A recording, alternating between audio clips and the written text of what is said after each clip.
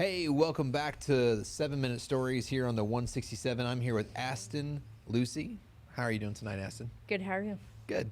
So, tonight you're going to tell us a little bit about your story, about what brought you to new life and what God's been doing in your life, right? Yep. So, why don't we start at the beginning? Tell us a little bit about yourself. Where are you originally from? Oklahoma, Sand Springs, actually. Yeah? How long Yeah. did you live there? Pretty much my whole life. Yeah? Yeah.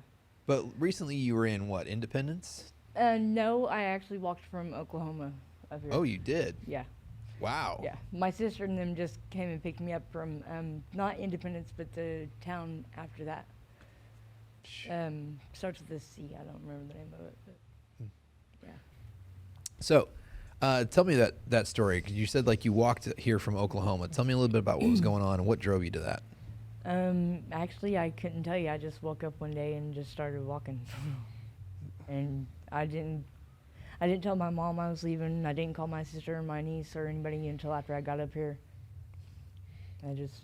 I knew that from when I lived here 5 years ago that I did better up here than I do in Oklahoma. So I came back up here. And so you started walking, you got up to this here, and you called, was it your sister? My niece, Your niece. Anna. Yeah. Anna's a member of the youth group here. She's been Yes. coming to church and just recently got baptized. She is amazing. Yeah. She's a good kid. amazing. And She's so amazing. she picked you up and she brought you here on like a Friday, right? Yes. Well, she didn't pick me up. She called my brother and my sister, and they came and picked me up. And then that following Sunday, we came to church. And what was that like? It was great because that's when I guess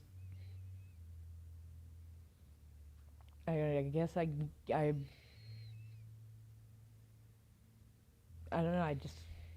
I knew it was time to do something different, so I gave my life back to God, and I rededicated my life to God, and got prayed for, and then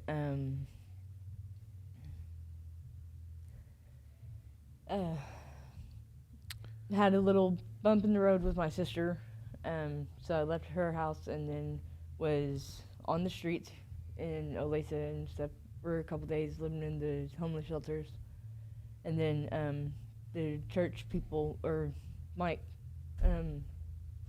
got me a motel room for a couple nights, and then Sarah at the church got me a motel room for 3 nights in Olathe. And then Mike got me back here and gave me lead on a job, so I got a job now. Where are you working at now? SPS Still and Pipe as the groundskeeper. Yeah, we were really happy. Like, he sent me that text message where you had taken a picture out in front of the sign. Yeah. So that was awesome. So you Yeah. started your new job. Yes, I've been there. This is my second week. Got my first paycheck today. Excellent. Yeah. And then, Mike and his wife have been really awesome. They've been helping me with keeping me in the motel room because I'm trying till I can find a place to rent or whatever. But it's just crazy. It's amazing. That's good. Are you kind of feeling, I know you said that you came in for prayer, you've been coming to church. Mm-hmm. Tell me a little bit about what's God doing in your life? Well, he's got me a job. I released a lot of old baggage from my past that I'd been carrying around, and it's been hindering me a lot. I got released from that, and then my mom showed up here, threw a monkey wrench in my whole thing. But I'm working around it. I got rid of all the anxiety and stuff that instantly came right back because I can't do it no more. But I just keep praying to him telling him to take it away. Yeah. And so I can keep moving forward because I can't look back. Yeah. What were some of the steps in getting over your anxiety? I had to do a lot of forgiveness, and I had to ask for forgiveness. I had to tell it to leave, first of all. Yeah. Tell them I didn't want it, I didn't accept it. That's usually the first step for all of us is we have to actually decide we want to be better. Yeah. Yeah, the first step is deciding. You have to admit to yourself that you're got to be tired of being tired, Hmm. and I was finally to that point. And I mean, it's I don't know. I can't really put it into words because it's I don't know how to describe it. It's just I just keep saying amazing because that's what it is to me right now. It's amazing. I mean, it's not easy. I mean, it's not just all roses and wine right now. I mean, there's still stuff that I struggle with, but addiction is not one of them. My anxiety is not one of them anymore. Um, So you got set free of addiction.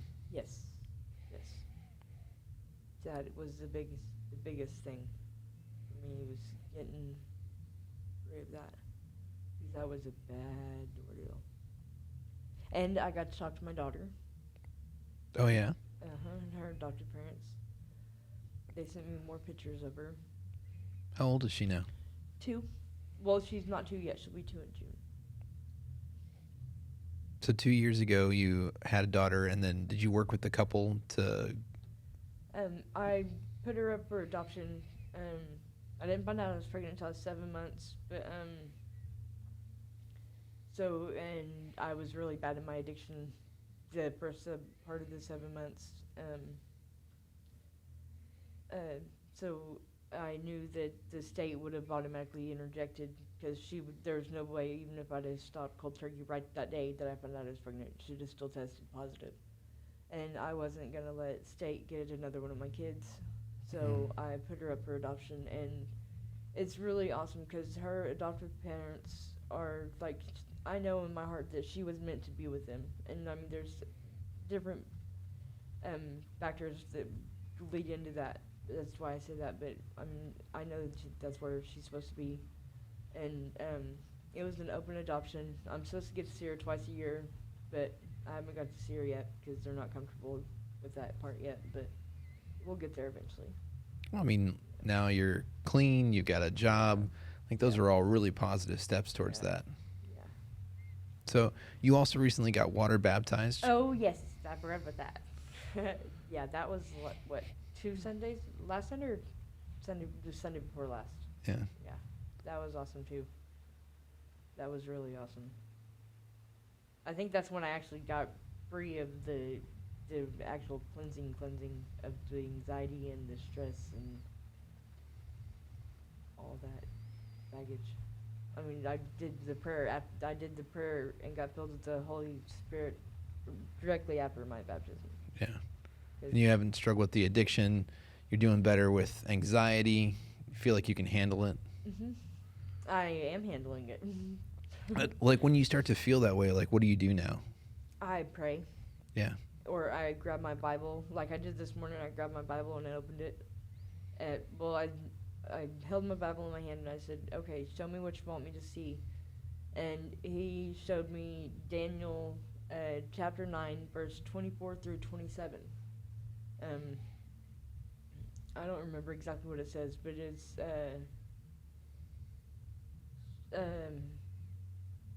something about the new beginnings or something. But I immediately text Mike. He tells them when they're going to come out of exile. Yeah. Yeah. Something about 7 days, or then 70 days after that. Is that how you feel that the season you feel like you're in now, you're coming out of exile, coming into new things? I do actually. That's actually crazy. But also the night before last, I went to that thing that Mike threw with that couple, and I was getting prayed for, and the guy, he said saying that I was having a new beginning coming, and he just hit on a few key pointers of stuff that I'm going through right now that he would have had no idea as to even say any of that because he didn't know anything about me. So I thought that was another sign that I'm on the right path. I'm doing the right thing. Well, I think you're doing great. Like I said, I think I was here when you first came in, and I'm just like, it's night and day different. I love seeing you clean. I love seeing you, having a new job, feeling like you got purpose, getting set free of your addiction. I love all that. I think it's great that Jesus Christ is working in your life, and you're seeking Him in that anxiety and all that stuff. Yeah, he's good all the time. All right. Well, thanks for coming in and sharing your story. Yep.